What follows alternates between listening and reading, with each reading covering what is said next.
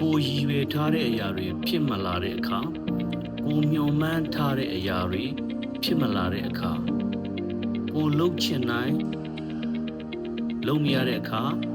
ကိုဖြစ်ချင်တိုင်းဖြစ်မလာတဲ့အခါမှာစိတ်ဓာတ်တွေကျလာပါတယ်စိတ်ခွန်အားတွေလည်းရောလာတတ်ပါတယ်